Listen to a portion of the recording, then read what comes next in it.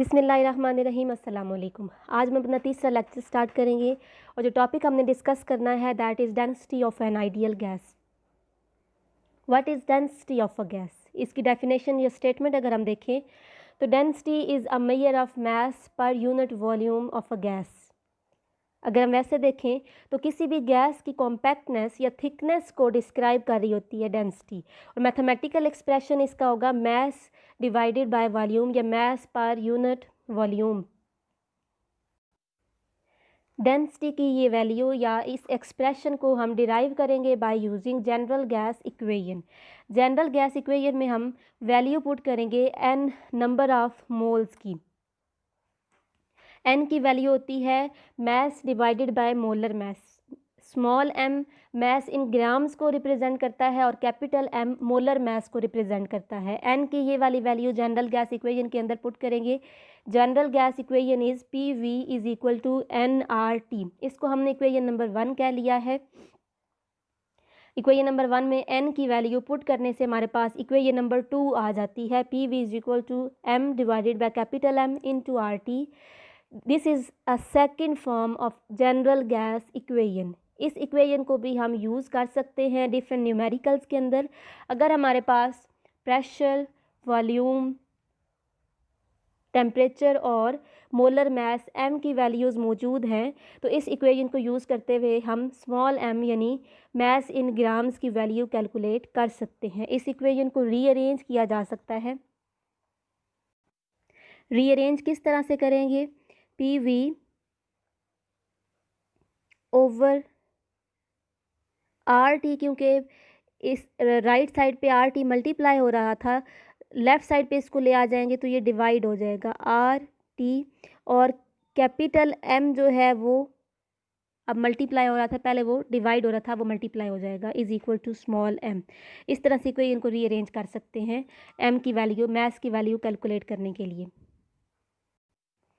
अच्छा, हमने value put की है एन की जनरल गैस इक्वेशन के अंदर, और हम इस इक्वेशन को रीअरेंज करेंगे और रीअरेंज करके हम यहाँ से डेंसिटी का एक्सप्रेशन निकाल लेंगे, डेंसिटी की वैल्यू निकाल लेंगे। P V is equal to R T. यहाँ पर रीअरेंज करें, m को v के साथ रिप्लेस कर दें, इधर पी एम हो जाए और v जो है वो इस तरफ आ जाए, आर टी हो जाएगा। अब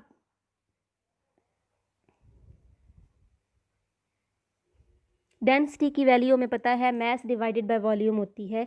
अगर इसमें मास m ओवर v की जगह पर हम d पुट कर दें तो इक्वेशन हमारे पास हो जाएगी P M is equal to d R T. Density की वैल्यू यहाँ से कैसे निकालेंगे? डेंसिटी इधर ही रहेगा, आर टी दूसरी साइड पे पी एम के साथ जाकर डिवाइड हो जाएगा, तो P M over R T. ये हमारे पास इक्वेशन आ जाती है डेंसिटी के लिए एक्सप्रेशन।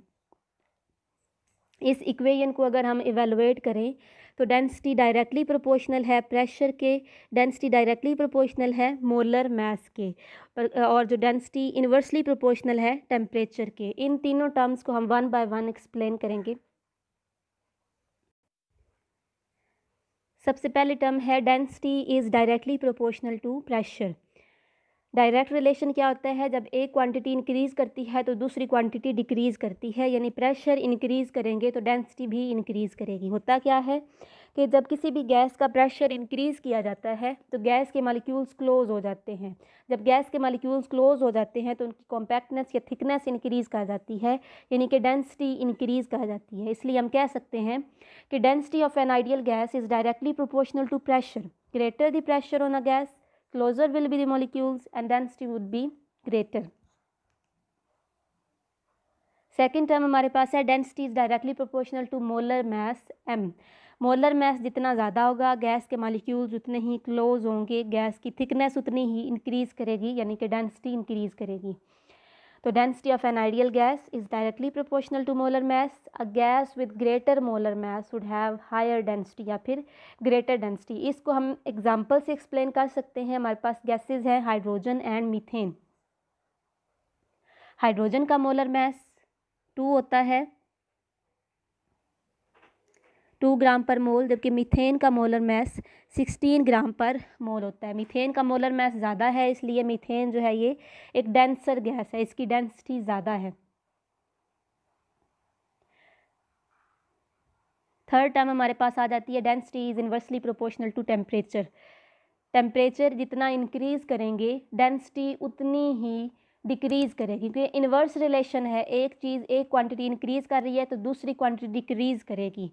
टेम्परेचर इंक्रीज़ करने से गैस एक्सपेंड करती है, गैस के मॉलिक्यूल्स एक दूसरे से दूर हो जाते हैं, उनके दरमियान में डिस्टेंस इंक्रीज़ कर जाता है, यानी कि गैस की जो कॉम्पैक्टनेस या थिकनेस है वो डिक्रीज़ हो गई है, डेंसिटी डिक्रीज़ हो गई है। तो density of an ideal gas is inversely proportional to temperature.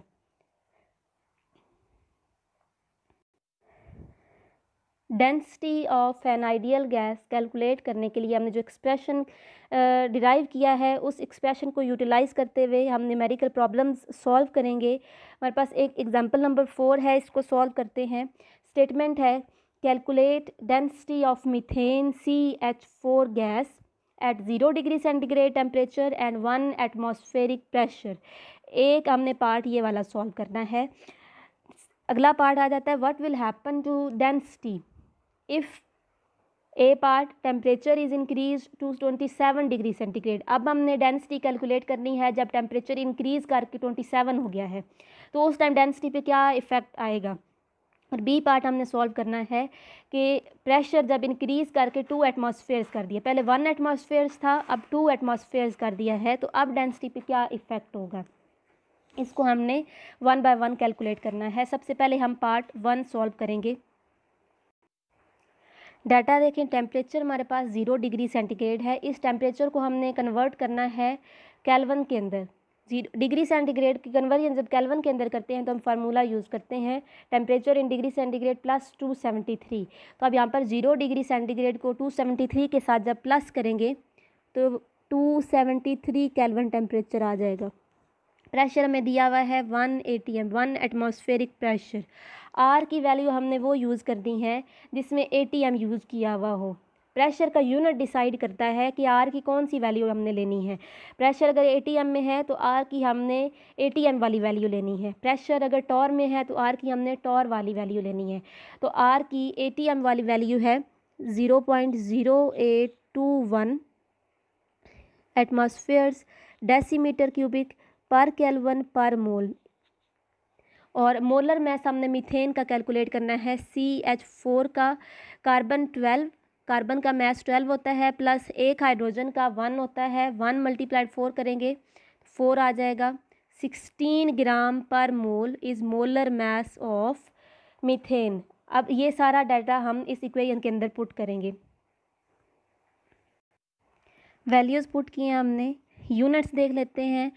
Atmosphere इस एटमॉस्फेयर के साथ कट जाएगा,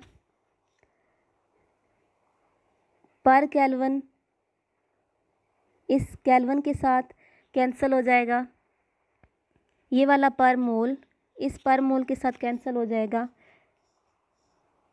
और जो चीज़ हमारे पास बच जाती है वो ग्राम डेसीमीटर क्यूबिक डिनोमिनेटर में है, ये ऊपर जाकर पर डेसीमीटर क्यूबिक में चेंज हो जाएगा। तो ग्राम पर डेसीमीटर क्यूबिक यूनिट होगा डेंसिटी का। तो डेंसिटी की हमारे पास ये वैल्यू आ जाती है 0.7138 ग्राम पर डेसीमीटर क्यूबिक, फार्मूला के अंदर वैल्यूज़ पुट करने से। ये हमने फर्स्ट पार्ट इसका सॉल्व कर लिया है। अब ए पार्ट हमने करना है what will happen to density if temperature is increase to 27 degree centigrade. बाकी सारा हमने उसी तरह से रखना है, यहाँ पर प्रेशर आर और एम की वैल्यूज़ वही रहनी है, सिर्फ टेम्परेचर चेंज कर देना है, 27 डिग्री सेंटीग्रेड चेंज, इसको हमने इधर पुट करनी है वैल्यूज़ की।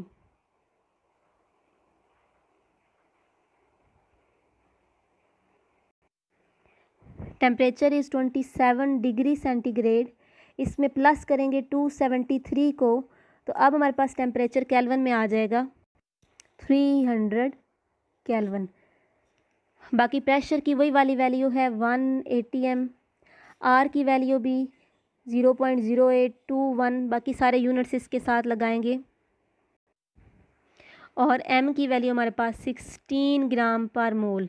Molar mass of methane is 16 gram per mole. अब डेंसिटी के फार्मूला में ये सारी वैल्यूज़ पुट करेंगे। वैल्यूज़ पुट करके सॉल्व करने से हमारे पास डेंसिटी की वैल्यू आ जाती है 0.649 ग्राम पर डेसीमीटर क्यूबिक। पहली वैल्यू हमारे पास क्या थी 0.7138। 0.7138 ज़्यादा थी, जबकि 0.649 अब कम हो गई है। यानी अब डिफरेंस क्या आया था, पहले टेम्परेचर था 0 डिग्री सेंटीग्रेड, अब टेम्परेचर हो गया 27 डिग्री सेंटीग्रेड। टेम्परेचर इंक्रीज़ कर गया है, तो टेम्परेचर के इंक्रीज़ करने से डेंसिटी डिक्रीज़ हो गई है। तो इससे ये प्रूव मिल रहा है कि टेम्परेचर और डेंसिटी डायरेक्ट इन्वर्सली प्रोपोर्शनल है। टेम्परेचर इंक्रीज़ करने से डेंसिटी डिक्रीज़ करती है। So by increasing temperature from 0 degree centigrade to 27 degree centigrade, density of a gas has decreased from 0.7138 grams per decimeter cubic to 0.649 gram per decimeter cubic. Increase of temperature makes molecules of gas move away from each other. Distance increase कर जाता है gas के molecules के दरमियान में। जब temperature increase करता है तो density decrease कर जाती है। Now बी पार्ट सॉल्व करेंगे। बी पार्ट में क्या है, pressure is increased to 2 atmosphere at 0 degree centigrade. Temperature अब 0 ही है, जस्ट चेंज क्या आया है कि प्रेशर अब इंक्रीज़ कर गया। पहले प्रेशर 1 atm था, अब प्रेशर 2 atm हो गया है, यानी डबल हो गया है। अब ये वाली वैल्यूज़ पुट करेंगे इक्वेशन के अंदर। इक्वेशन के अंदर हमने सारी वैल्यूज़ पुट करनी की हैं, तो अब हमारे पास डेंसिटी की वैल्यू आ जाती है 1.427 ग्राम पर डेसीमीटर क्यूबिक। अब डेंसिटी इंक्रीज़ कर गई है। टेम्परेचर इंक्रीज़ करने से डेंसिटी डिक्रीज़ की थी, लेकिन प्रेशर इंक्रीज़ करने से डेंसिटी इंक्रीज़ कर गई है। जिस तरह से मैंने पहले आपको बताया है कि जब प्रेशर इंक्रीज़ किया जाता है तो गैस के मॉलिक्यूल्स क्लोज हो जाते हैं, उनकी थिकनेस या कॉम्पैक्टनेस इंक्रीज़ कर जाती है, इसलिए डेंसिटी भी इंक्रीज़ कर जाती है। तो यहाँ से हमें ये प्रूव मिल रहा है कि जब प्रेशर हमारे पास 1 atm था तो डेंसिटी हमारे पास कम थी। जब प्रेशर 2 atm यानी कि डबल हो गया तो डेंसिटी भी अब हमारे पास डबल हो गई है। पहले हमारे पास 0.7138 थी, अब 0.7138 का डबल है 1.427। प्रेशर डबल होने से डेंसिटी डबल हो गई है। तो इस तरह हम कह सकते हैं increase of pressure has increased density of methane. Density has almost doubled by doubling the pressure. और रीज़न क्या है इसमें कि गैस के मॉलिक्यूल्स जो हैं वो क्लोज हो जाते हैं। If you have any problem regarding this topic you can ask questions. Thank you. अल्लाह हाफिज़। बिस्मिल्लाहिर्रहमानिर्रहीम। सेकंड टॉपिक अपना स्टार्ट करेंगे, that is Avogadro's law. Avogadro's law जो हमने पहले स्टडी किया था उसमें volume is directly proportional to number of moles. अब हम एक सेकंड डेफिनेशन पढ़ेंगे एवोगैड्रोज़ लॉ की, that is equal volumes of all the ideal gases at same temperature and pressure have equal number of molecules। Means अगर temperature और pressure same हो, अगर temperature और प्रेशर सेम होगा और डिफरेंट गैसेस के वॉल्यूम्स सेम होंगे तो उनके नंबर ऑफ़ मॉलिक्यूल्स भी सेम होंगे। एवोगैड्रोज़ लॉ की एक स्टेटमेंट पहले ये भी हमने स्टडी की है कि 1 mole of a gas contains Avogadro's number of particles. किसी भी गैस के 1 मोल हमेशा एवोगैड्रोज़ नंबर ऑफ़ पार्टिकल के इक्वल होंगे। फॉर एग्ज़ाम्पल अगर हम स्टैंडर्ड टेम्परेचर और प्रेशर की बात करें और स्टैंडर्ड कंडीशंस को डिस्कस करें, यानी 1 मोल ऑफ डिफरेंट गैसेस लें और टेम्परेचर हमारे पास स्टैंडर्ड हो, प्रेशर भी हमारे पास स्टैंडर्ड है, 1 मोल ऑफ अ गैस है, तो नंबर ऑफ़ मॉलिक्यूल्स सारी की सारी गैसेस के सेम होंगे। यानी 1 मोल ऑफ ऑक्सीजन है, इसका वॉल्यूम होगा स्टैंडर्ड वॉल्यूम जिसको मोलर वॉल्यूम कहते हैं 22.414 डेसीमीटर क्यूबिक। और मोलर वॉल्यूम के अंदर नंबर ऑफ़ मॉलिक्यूल्स कितने होंगे, एवोगैड्रोज़ नंबर ऑफ़ मॉलिक्यूल 6.02 × 10⁻23। इसी तरह 1 मोल ऑफ़ हाइड्रोजन है, 1 मोल का वॉल्यूम मोलर वॉल्यूम होगा जो अगेन 22.414 डेसीमीटर क्यूबिक है। और नंबर ऑफ़ मॉलिक्यूल्स इस केस में भी 6.02 इंटू 10⁻23 हैं। तो यहाँ पर एवोगैड्रोस लॉ की जो स्टेटमेंट है वो कंप्लीट हो रही है कि वॉल्यूम जो है 22.414 डेसीमीटर क्यूबिक ऑक्सीजन का भी है और हाइड्रोजन का भी है, सेम वॉल्यूम है, इसलिए उनके नंबर ऑफ़ मॉलिक्यूल्स भी सेम है। सेम इसी तरह कार्बन मोनोऑक्साइड गैस, उसका मोलर वॉल्यूम 22.414 डेसीमीटर क्यूबिक है और number of molecules again 6.02 into 10⁻23 हैं। सिमिलरली हीलियम का 1 मोल और नाइट्रोजन का 1 मोल, इनका वॉल्यूम भी 22.414 डेसीमीटर क्यूबिक अगर होगा तो नंबर ऑफ़ मॉलिक्यूल्स इनके भी सेम होंगे। 1 mole of any gas contains equal number of particles. 1 मोल का जो वॉल्यूम है वो हमेशा मोलर वॉल्यूम होगा और उसके नंबर ऑफ़ मॉलिक्यूल्स या नंबर ऑफ़ पार्टिकल्स भी हमेशा सेम होंगे। यहाँ पर ज़रूरी नहीं है कि जो वॉल्यूम है वो हमेशा 1 मोल होगा, वॉल्यूम डिफरेंट हो सकता है, जैसे कि oxygen, hydrogen, carbon monoxide, helium और नाइट्रोजन, इन सारी गैसेस का वॉल्यूम आप 10 डेसीमीटर क्यूबिक कर लें। अगर इन सब का वॉल्यूम सेम है, 10 डेसीमीटर क्यूबिक है, तो अगेन इनके नंबर ऑफ़ मॉलिक्यूल्स भी सेम होंगे। अब वो 6.02 इंटू 10⁻23 नहीं होंगे, डिफरेंट हो जाएंगे, लेकिन सब के सेम होंगे अगर उनके वॉल्यूम्स सेम है। और कंडीशंस यहाँ पर कौन सी फॉलो होनी चाहिए कि टेम्परेचर और प्रेशर जो है वो कांस्टेंट रहना चाहिए, स्टैंडर्ड कंडीशंस होनी चाहिए, सेम टेम्परेचर और सेम प्रेशर पे ये वाली कंडीशंस फॉलो होंगी। अब हम कंडीशन देखेंगे जब वॉल्यूम 1 मोल के अलावा कोई डिफरेंट वॉल्यूम होगा डिफरेंट गैसेस का, तो फिर क्या होगा। अगर 22.414 डेसीमीटर क्यूबिक वॉल्यूम है किसी गैस का, तो उसके नंबर ऑफ़ पार्टिकल्स होंगे, Avogadro's number of particles 6.02 into 10⁻23, क्योंकि मोलर वॉल्यूम है 22.414 decimetre cubic is molar volume, that is standard, इसलिए उसमें नंबर ऑफ़ पार्टिकल्स भी स्टैंडर्ड होंगे, 6.02 इंटू 10⁻23 होंगे, एवोगैड्रोस नंबर ऑफ़ पार्टिकल्स होंगे।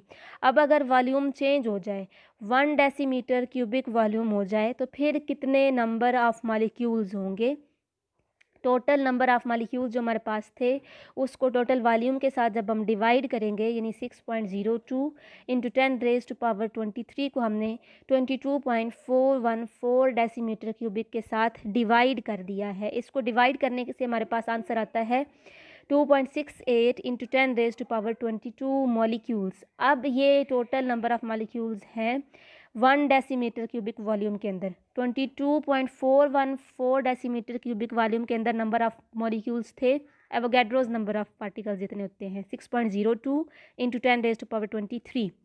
1 decimetre cubic volume of a gas contains 2.68 into 10⁻22 molecules.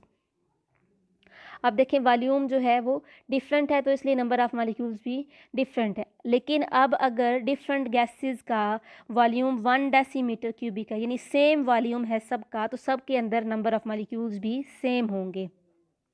जैसे कि 1 डेसीमीटर क्यूबिक ऑफ ऑक्सीजन है, 1 decimetre cubic of hydrogen, 1 decimetre cubic of carbon monoxide, 1 decimetre cubic of helium, 1 decimetre cubic of nitrogen, इन सारी gases का volume same है, 1 decimetre cubic है, इसलिए इनके नंबर ऑफ़ मॉलिक्यूल्स भी सेम होंगे। Again statement of Avogadro's law यहाँ पर अप्लाई होती है कि equal volumes of all the ideal gases या all the gases at same temperature and pressure have equal number of molecules.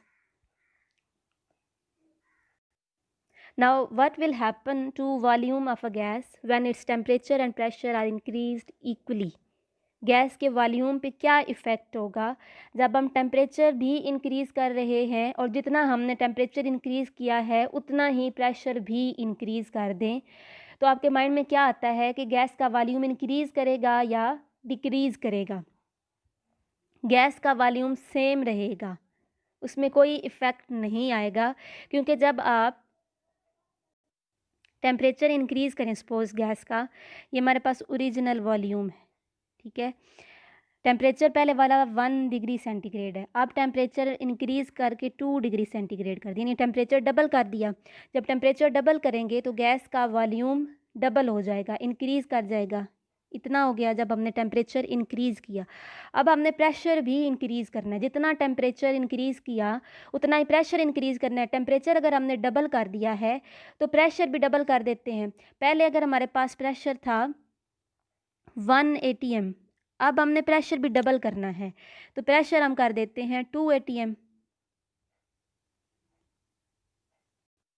अच्छा, अब अपने माइंड में लेकर आएँ कि टेम्परेचर डबल करने से वॉल्यूम इंक्रीज़ किया और वॉल्यूम डबल हो गया, ठीक है। लेकिन प्रेशर का क्या होता है, जब हम प्रेशर अप्लाई करते हैं तो वॉल्यूम डिक्रीज़ करता है, गैस कंप्रेस कर जाती है।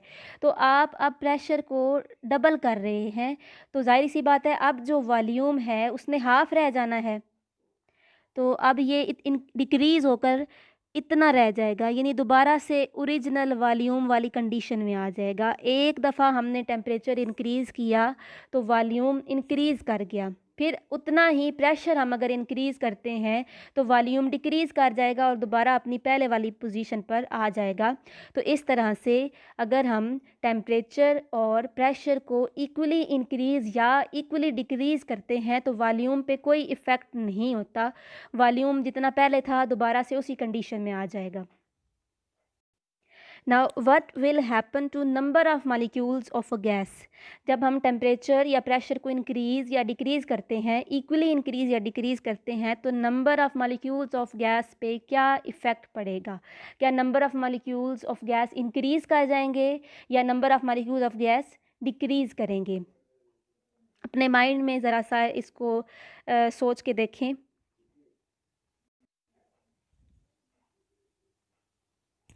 Number of molecules would remain same. Number of molecules तो चेंज ही नहीं होते। हम टेम्परेचर इंक्रीज़ कर रहे हैं, हम प्रेशर इंक्रीज़ कर रहे हैं, लेकिन गैस के जो अमाउंट है उसको हम चेंज नहीं कर रहे। गैस की अमाउंट उसी तरह से है, उसके नंबर ऑफ़ मॉलिक्यूल्स उसके अंदर ना ही हम ऐड कर रहे हैं, ना उसमें से गैस को हम निकाल रहे हैं। तो इसलिए टेम्परेचर और प्रेशर इंक्रीज़ या डिक्रीज़ करने से नंबर ऑफ़ मॉलिक्यूल्स पे कोई इफ़ेक्ट नहीं पड़ेगा। Number of molecules would remain same when temperature and pressure are increased equally.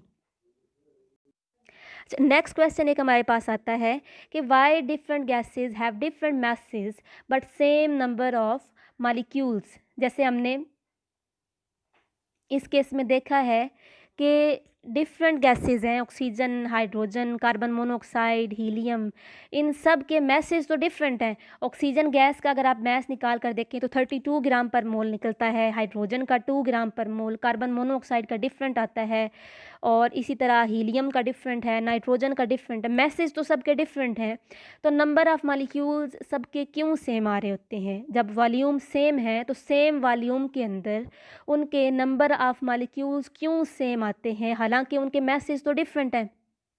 तो इस क्वेश्चन का क्या आंसर आएगा?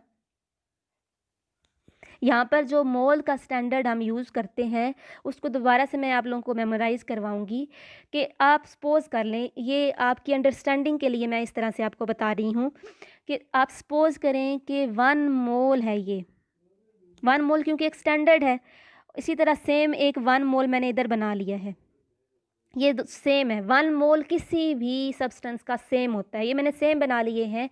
अब इस 1 मोल के अंदर हाइड्रोजन के 1 मोल मैं बना लेती हूँ। हाइड्रोजन के मॉलिक्यूल्स मैंने बना दिए हैं 4, ठीक है। और ये अब मैं बना लेती हूँ ऑक्सीजन के 1 मोल के अंदर 4।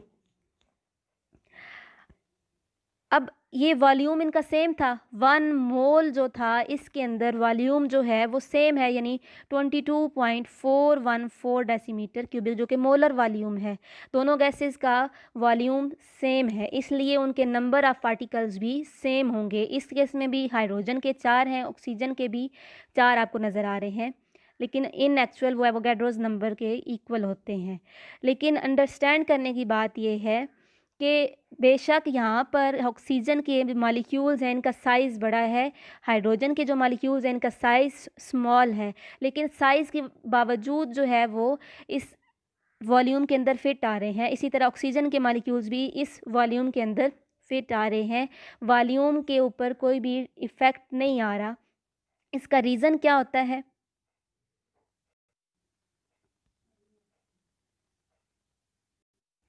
अच्छा, इसको अंडरस्टैंड करने के लिए मैं 1 मोल का कॉन्सेप्ट दोबारा से आपको मेमोराइज़ करवाऊँगी। आप सपोज़ करें कि ये वाला जो मैंने बॉक्स बनाया है ये भी 1 मोल है और ये भी 1 मोल है, दोनों सेम हैं, दोनों में कोई डिफरेंस नहीं है।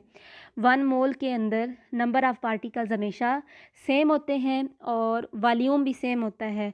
तो यहाँ पर मैं हाइड्रोजन को कर लेती हूँ, हाइड्रोजन का 1 मोल और ये 1 मोल ऑक्सीजन का है।